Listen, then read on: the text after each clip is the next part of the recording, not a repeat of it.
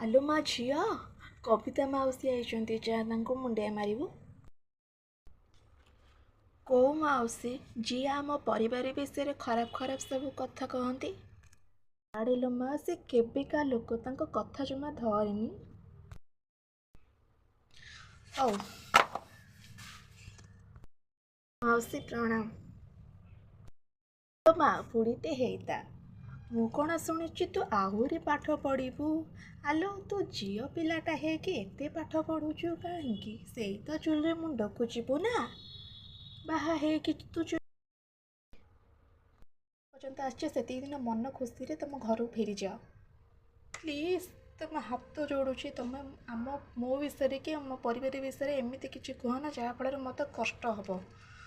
ଆଉ ରହିଲେ ଭିଡ଼ିଓ କରିବା କଥା, ମୁଁ ଏବେ ବି କରୁଛି ଆଉ ଆଗକୁ ବି ମୁଁ ମଧ୍ୟ କରିବି। ମୁଁ ଲୋକମାନଙ୍କ କଥା କିଛି ଶୁଣେନା।